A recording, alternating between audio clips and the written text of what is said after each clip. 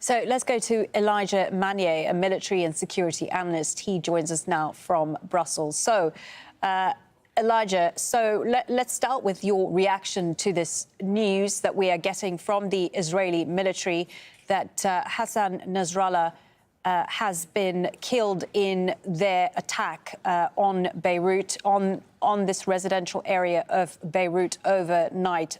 Just to caution, once again, this is not a confirmation from Hezbollah. This is just still something we are just hearing from the Israeli military. It is obvious that after more than 17 hours of the attack, we have no news from Hezbollah, which is highly unlikely in case the target is still alive and if they have reached the location where the target was. And at least in case of being alive, we would have had a communique from Hezbollah or a voice message or at least an announcement by one of the leaders that are part of the organization that say Nasrallah is alive. But we hadn't had that at all since yesterday, 6:20 afternoon local time, which means that it's most likely people who were there from the size of the crater that was left with all these bombs that could be GBU-28, GBU-72, that nobody could have come out alive. And we also understand that Sayyid Nasrallah was there with a meeting with the top commanders, and I think they all received, and they all were there, and they all faced the same destiny.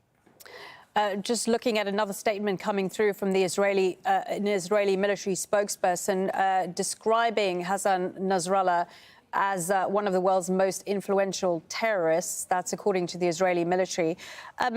What more can you tell us about Hassan Nasrallah and his role in the organization? What role did he play exactly in the group? Sayyid Nasrallah joined a long time ago, and before 1982, the ideal and the ideology of the Dawa party that was led by Sayyid Muhammad Baqir Sadr. And then at the victory of the Iranian Revolution in Iran, 1979, Sayyid Muhammad Baqir asked all his followers to join the Imam Khomeini at that time. And then there was Sayyid Musa Sadr, who was in Lebanon and gave the uprising of the armed branch of the Shia. And this ideology started to spread in the country. So when Hezbollah first started the operation against the Israelis who invaded Lebanon under the pretext of Peace of Galilee and to expel the PLO and another organization, a group of people stood against them, starting from Kaldi at the entrance of Beirut.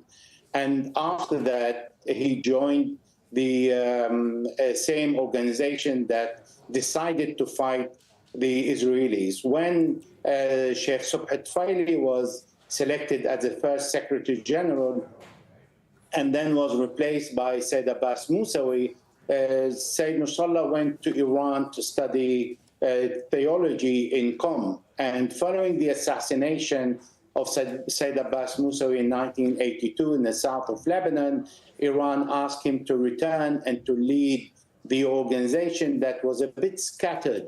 And he managed to bring it all together along a small group, an inner circle that remained with him. And a few of these were assassinated in the process today and in the last few weeks. So this is where Sayyid Nasrallah gained a strong charisma among the population who saw in him as a leader. And following the assassination of the Brigadier General Qasem Soleimani, the head of the IRGC Quds Brigade in Iraq in January 2020, Sayyid Nasrallah became the non-declared leader of the axis of the resistance that made of Yemen, Iraq, Syria, Lebanon, and Palestine, but by coordinating with all these fronts and coordinating with Iran. And this is why he acquired a large knowledge of the capability of all the members, but also he knew how to deal with the Iranians and how to be an organic part of Iran, but at the same time prevail, allow the interest of Lebanon to prevail above any other interest, keeping in mind that his focus was on Palestine and fighting the US hegemony in the Middle East. And for that, he gained a lot of popularity, and it's going to be extremely hard for the people of Lebanon who believe in the resistance to accept this assassination and the news of his death, because there is no other leader of the same charisma, but not the leadership, but the charisma that Sayyid Nasrallah enjoyed in Lebanon and throughout the Middle East among those who supported the resistance. And Elijah, what does the fact that the Israeli army were able to get intelligence on his whereabouts, what does that say about their intelligence gathering capability, not just on this latest strike, but the recent attacks on other senior commanders on Hezbollah? I mean, Hassan Nasrallah, we know, was a very, very secretive man. He knew that he was on Israel's hit list, so it's not like he would have shared his information publicly or his whereabouts publicly. So what does it tell us about the Israelis' capabilities? There are two things. There are indeed the Israeli capability, but there is also the time that this operation took to identify the target and then to prepare the several aircraft to hit the exact location that took at least half a day. But I'm going to talk about the Israeli capability first, as you asked me. So first of all, there are several processes before identifying a target and then give the order for the hit. And that requires a work that the Israelis have been working on since 2006, the second war on Lebanon, that Israel never digested the outcome because Israel went unprepared to the war and considered that not achieving its objective was a failure, and Hezbollah considered that as a victory. And since then, they were preparing. And the preparation is not to prepare the army only, but to draw a map of everything that's happening in Lebanon, including the communication system, gathering human intelligence, electronic intelligence, open source intelligence, but above all, geospatial intelligence that involve satellite. And these satellite information is not only the surveillance and the reconnaissance, but also they can identify the location of anything that is under the ground.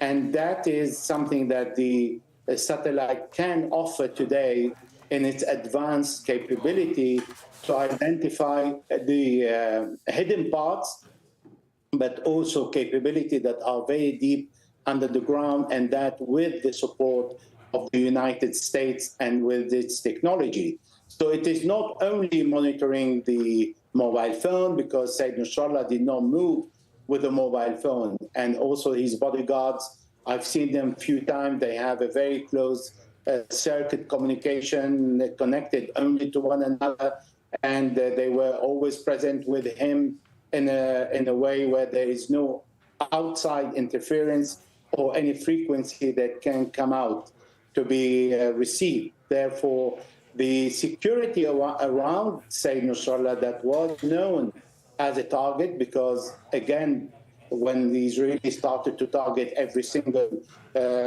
commander, starting with Fuad Shukr, it was clear that the Israelis want to kill all the responsible and all the commanders, including Sayyid Nasrallah. We've seen that in his last speech when it was registered and was not alive, because that also avoiding the interception of communication that can be received. And also, Elijah, we're running out of time. We're heading towards the top of the hour. I just want to ask you one more brief question about the bombs that were actually used.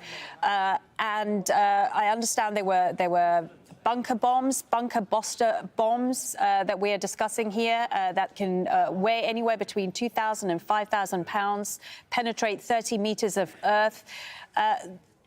We know the Geneva Convention outlaws the use of these sort of bombs in densely populated areas, which is where they were used in this particular case.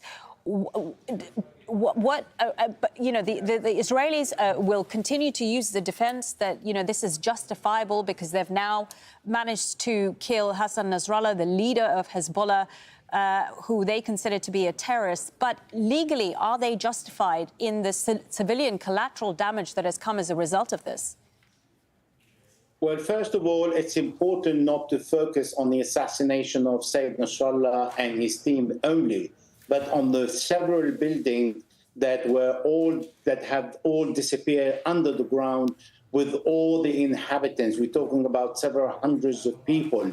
It is absolutely considered as a war crime and crime against humanity, and they are not in any way considered as collateral damage. The percentage of the people who are killed in such a populated and dense area, it is not justifiable. But we've seen Israel and the Americans covering it, committing all the war crimes against humanity, intent of genocide, under our watchful eyes and the international community watchful eyes in Gaza and in the West Bank, and the world did nothing. So therefore, it is not surprising that the focus is going toward one man and the assassination of one man rather than hundreds of civilians that perished because of the Israeli strike. OK, thank you so much for your time. Elijah Manier, military and security analyst, speaking to us there from Brussels.